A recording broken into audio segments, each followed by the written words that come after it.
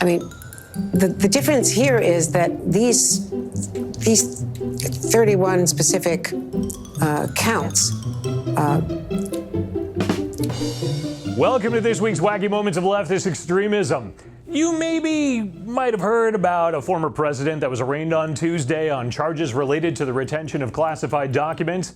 CNN and MSNBC wanted to make sure that you were really aware of it. A study of the two networks from 5 a.m. to midnight Eastern on Tuesday found that over 95% of their non-commercial airtime was devoted to covering this one issue. Out of a possible 28 hours of airtime between the two networks, 27 hours were devoted to covering Trump, even when there was nothing much to say. Is that these 31 specific counts, these counts had nothing to do with 37 counts, but they had nothing to do with more than 100 other of these documents that were held and retained by him. Thrilling. To keep the coverage up, the media engaged in anti-Trump speculation and fantasy this week with bizarre and creepy thought experiments. To understand the severity of the charges against Trump, consider a thought experiment. Imagine that Vladimir Putin is one day driven from the Kremlin, perhaps in a coup or in the face of a popular revolt. He jumps into his limo and heads for self-imposed exile in a remote dacha. His trunk is full of secret documents. Now imagine how valuable those boxes would be to any intelligence organization in the world. That thought experiment is certainly enough to keep anybody up at night. At least we know what's keeping MSNBC's Nicole Wallace up at night. Anti-Trump thoughts experiments. Not facts or actual reporting, but, making up imaginary stories. Now imagine that the leftist media reported facts.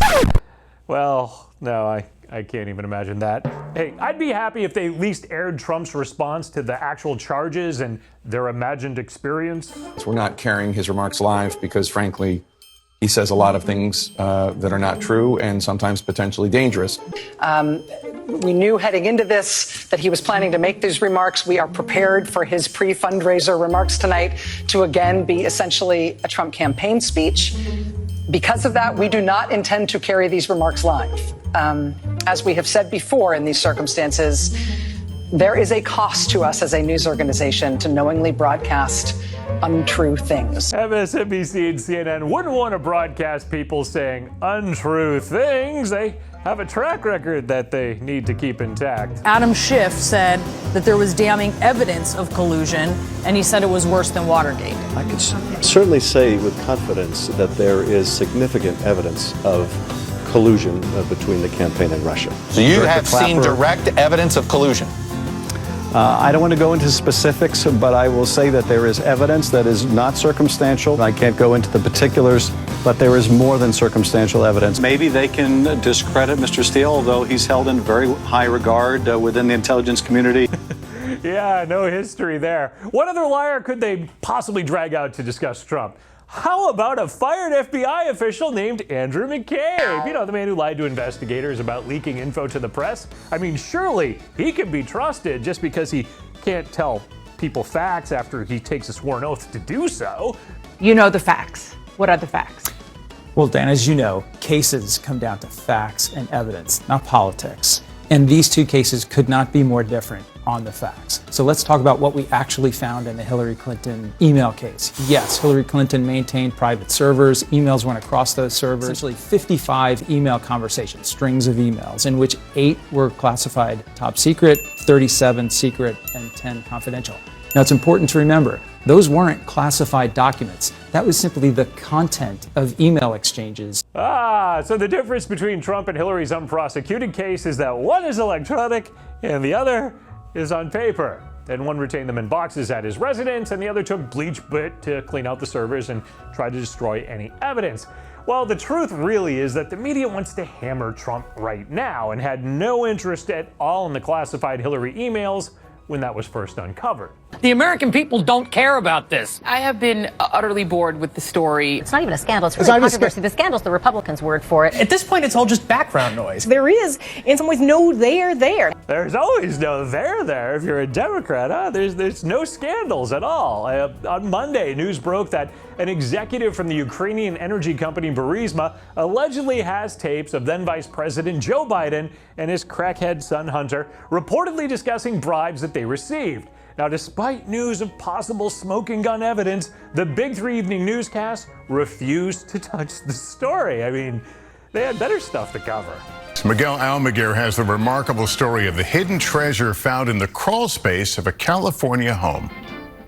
If a picture is worth 1,000 words, one could argue this one is worth 1,000,000. Packed inside these bags, boxes, and crates, an estimated 1,000,000 pennies. Something that may be worth more, the alleged $5 million bribe that Joe Biden took. But no, why would you report on that? He's a Democrat. You don't ever connect a Democrat with anything bad.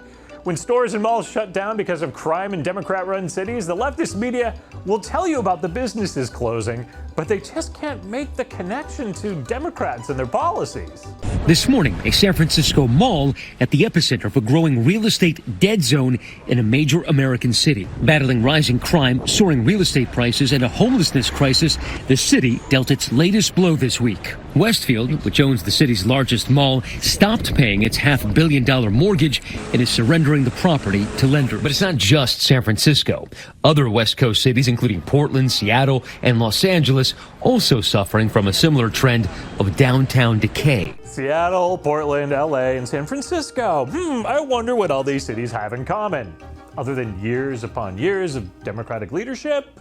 Well, that's not worth mentioning. But it is worth mentioning that we are not at Union Square or the Westfield Mall this morning because we have been advised it is simply too dangerous to be there at this hour. Wow, and that's from ABC, who sends reporters to the Ukraine. That's how safe a major city run by Democrats is, I guess. The only place that could possibly be more dangerous than a nearly deserted San Francisco mall in the early morning hours, well, that's the inside of Whoopi Goldberg's head. What has happened? I know this is really weird, but I've been having strange thoughts. I bet, like a dark alley. You don't want to go into Whoopi's mind alone. What really is making me, was really starting to freak me out, is the idea that we're not even discussing changing the Constitution to make it say you cannot be in jail and be the president. Well, that part. I mean, because my fear and an amendment would be nice. I'm a big fan of amendments. She loves amending both dessert menus and the Constitution, it seems. But Goldberg's fears rely on two major assumptions: that Trump will be found guilty and serve a stint in prison before the election, and then go on to win the 2024 election. And of course, none of that is guaranteed to come true. But the media loves their imagined thought experiments, don't they? That thought experiment is certainly enough to keep anybody up at night. I've been having strange thoughts. Anything is better than just having them report facts, I guess. Now imagine. I'm Eric Shiner for MRC-TV, asking you to head over to the MRC homepage, click on that donate button, help keep videos like this one coming. Visit MRC-TV for the latest in videos, information, and entertainment. Please like, share, and subscribe to these videos on the social media platforms that actually let you see us. Rumble, the best place to catch every video we make. And we'll return next week with another look at leftist media madness.